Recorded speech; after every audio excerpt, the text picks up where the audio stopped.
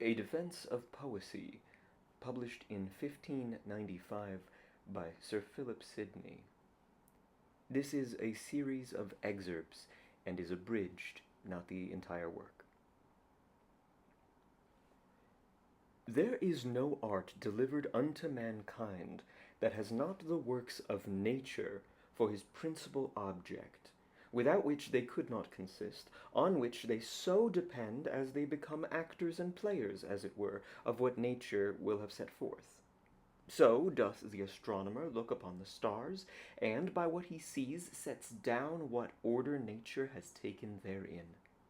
So do the geometrician and arithmetician in their divers sorts of quantities. So doth the musician in times tell you, which by nature agree, which not.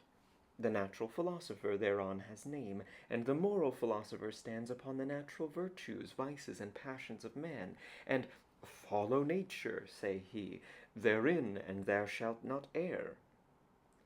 The lawyer says what men have determined, the historian what men have done. The grammarian speaks only of the rules of speech, and the rhetorician and logician considering in what in nature will soonest prove and persuade, thereon give artificial rules, which still are compassed within the circle of a question, according to the proposed matter. The physician weighs the nature of man's body, and the nature of things helpful or hurtful unto it. And the metaphysic,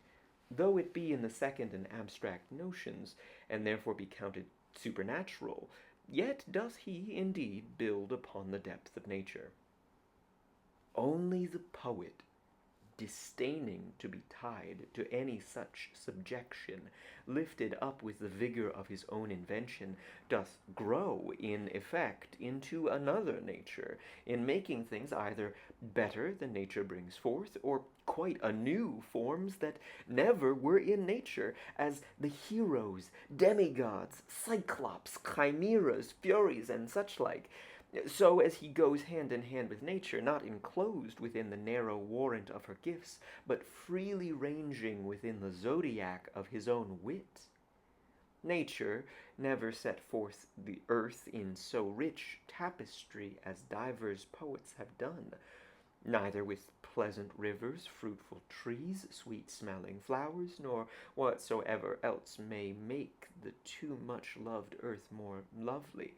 Her world is brazen, the poets only deliver a golden. Poesy, therefore,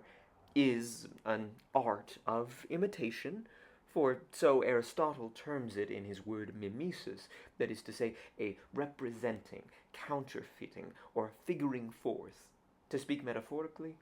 a speaking picture, with this end, to teach and delight. Of this have been three general kinds. The chief, both in antiquity and excellence, were they that did imitate the inconceivable excellencies of God. Such were David in his Psalms, Solomon in his Song of Psalms, in his Ecclesiastes and Proverbs, Moses and Deborah in their hymns, and the writer of Job, which, beside other, the learned Emmanuel Tremislis and Franciscus Junius do entitle the poetical part of the Scripture. Against these none will speak that has the Holy Ghost in due reverence. In this kind, though in a full wrong divinity, were Orpheus, Amphion, Homer in his hymns, and many other, both Greeks and Romans. And this poesy must be used by whoever will follow St. James's counsel in singing psalms when they are merry, and I know is used with the fruit of comfort by some, when, in sorrowful pangs of their death-bringing sins, they find the consolation of the never-leaving goodness. The second kind of them that deal with matters philosophical, either moral, as Tyrtaeus, Philocles, and Cato, or natural, as Lucretius and Virgil's Georgics, or astronomical, as Manilius and Pontatus, or historical, as Lucan, who mislike the fault in their judgment quite out of taste, and not in the sweet food of sweetly uttered knowledge.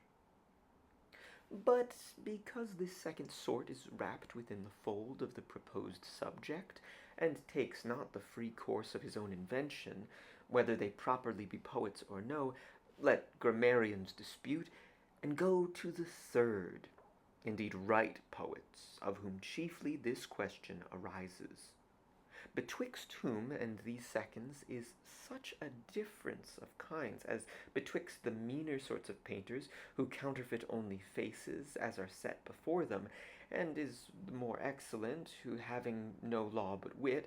bestow in colours upon you which is fittest for the eye to see, as the constant though lamenting look of Lucretia when she saw punished in herself another's fault, wherein he paints not Lucretia, whom he never saw, but paints the outward beauty of such a virtue. For these third be they which most properly do imitate to teach and delight, and to imitate borrow nothing of what is, has been, or shall be, but range, only reined with learned discretion into the divine consideration of what may be and should be. These be they that, as the first and most noble sort may justly be termed vates, so these are waited on in the excellentest languages and best understandings with the foredescribed name of poets. For these, indeed, do merely make to imitate, and imitate both to delight and teach, and delight and move men to take that goodness in hand, which without delight they would fly as from a stranger, and teach to make them know that goodness whereunto they are moved, which being the noblest scope to which ever any learning was directed, yet want there not idle tongues to bark at them. For conclusion, I say the philosopher teaches, but he teaches obscurely, so as the learned only can understand him. That is to say, he teaches them that are already taught. But the poet is food for the tenderest stomachs. The poet is indeed the right popular philosopher, whereof Aesop's tales give good proof, whose pretty allegories, stealing under the formal tales of beasts, make many, more beastly than beasts, begin to hear the sound of virtue from those dumb speakers. But now it may be alleged that if this imagining of matters be so fit for the imagination, then must the historian needs must surpass, who brings you images of true matters, such as indeed were done, and not such as fantastically or false may be suggested to have been done. Truly, Aristotle himself, in his Discourse of Poetry, plainly determines this question, saying that poetry is philosophetron and sopoedetron, that is to say, more philosophical and more studiously serious than history. His reason is because poetry deals with kasaulo, that is to say, the universal consideration, and history with kaskedon, the particular. Now, says he, the universal weighs what is fit to be said or done, either in likelihood or in necessity, which the Poesy considers in his imposed names, and the particular only marks whether Alcibiades did or suffered this and that. Thus far, Aristotle, which reason of his, as all his, is the most full of reason. I conclude, therefore, that he excels history, not only in furnishing the mind with knowledge, but in setting it forward to that which deserves to be called and accounted good,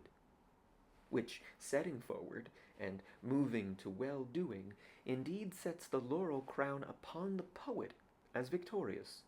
not only of the historian but over the philosopher, howsoever in teaching it may be questionable. For suppose it be granted That which I suppose, with great reason, may be denied, that the philosopher, in respect of his methodical proceeding, teach more perfectly than the poet. Yet do I think that no man is so much philosophos, a friend of the philosopher, as to compare the philosopher in moving with the poet. And that moving is of a higher degree than teaching. It may by this appear that it is well nigh both the cause and the effect of teaching. For who will be taught if he be not moved with desire to be taught? And what so much good doth that teaching bring forth? I still speak of moral doctrine, as that it moves one to do that which it doth teach. For, as Aristotle says, it is not gnosis, but praxis that must be the fruit, and how praxis cannot be without being moved to practice, it is no hard matter to consider. The philosopher shows you the way. He informs you of the particularities, as well as the tediousness of the way, as of the pleasant lodgings you shall have when your journey is ended, as of the many by-turnings that may divert you from your way. But this is to no man but to him that will read him, and read him with attentive, studious painfulness, which constant desire whosoever has in him has already passed half the hardness of the way, and therefore is beholding to the philosopher but for the other half. Nay, truly, learned men have learnedly thought that where once reason has so much overmastered passion, as that the mind has a free desire to do well, the inward light each mind has in itself is as good as the philosopher's book. Since in nature we know it is well to do well, and what is well is what is evil, although not in the words of art which philosophers bestow upon us, for out of natural conceit the philosophers drew it. But to be moved to do that which we know, or to be moved with desire to know, this is the work, this is the labor. Now, therein of all sciences, I still speak of human, according to the human conceit, is our poet the monarch. For he doth not only show the way, but gives so sweet a prospect into the way, as will entice any man to enter into it. Nay, he doth, as if your journey should lie through a fair vineyard, at the very first give you a cluster of grapes, that full of that taste you may long to pass further. He begins not with obscure definitions, which must blur the margin, with interpretations and load the memory with doubtfulness, but he comes to you with words set in delightful proportion, either accompanied with or prepared for the well-enchanting skill of music, and with a tale, forsooth, he comes unto you, with a tale which holds children from play, and old men from the chimney corner, and pretending no more, doth intend the winning of the mind from wickedness to virtue, even as the child is often brought to take the most wholesome things, by hiding them in such other as to have a pleasant taste, which, if one should begin to tell them the nature of the aloes or rhubarb they should receive, would sooner take the physic at their ears than at their mouth. Since the ever praiseworthy poesy is full of virtue-breeding delightfulness, and void of no gift that ought to be in the noble name of learning, since the blames laid against it are either false or feeble,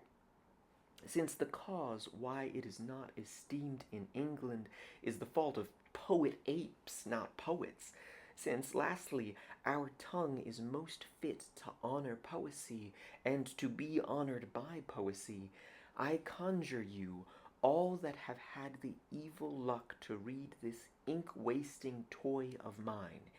even in the name of the 9 Muses, no more to scorn the sacred mysteries of poesy, no more to laugh at the name of poets as though they were the next inheritors to fools, no more to jest at the revered title of a rhymer, but to believe, with Aristotle, that they were the ancient treasurers of the Grecians' divinity, to believe, with Bembus, that they were the first bringers in of all civility, to believe with Scaliger that no philosopher's precepts can sooner make you an honest man than the reading of Virgil, to believe with Clauserus, the translator of Cornutus, that it pleased the heavenly deity by Hesiod and Homer, under the veil of fables, to give us all knowledge, rhetoric, philosophy natural and moral, and quid non, to believe with me that there are many mysteries contained in poetry which of purpose were written darkly, lest by profane wits should be abused, to believe with Landino that they are so beloved of the gods that whatsoever they write proceeds of a divine fury. Lastly, to believe themselves when they tell you they will make you immortal by their verses. Thus by doing, your name shall flourish in the printers' shops. Thus doing, you shall be of kin to many a poetical preface. Thus doing, you shall be most fair, most rich, most wise, most all. You shall dwell upon superlatives. But if, fie of such a but, you be born so near the dull-making cataract of Nilus that you cannot hear the planet-like music of poetry, if you have so earth-creeping a mind that it cannot lift itself to look to the sky of poetry, or rather by a certain rustical disdain it will become such a mome blockhead as to be a momus of poetry, then, though I will not wish unto you the ass's ears of Midas, nor to be driven by a poet's verses, as Bubonax was to hang himself, nor to be rhymed to death, as to be said to be done in Ireland, yet thus much curse I must send you in the behalf of all poets, that while you live in love, and never get favor for lacking skill of a sonnet, and when you die, your memory die from the earth for want of an epitaph.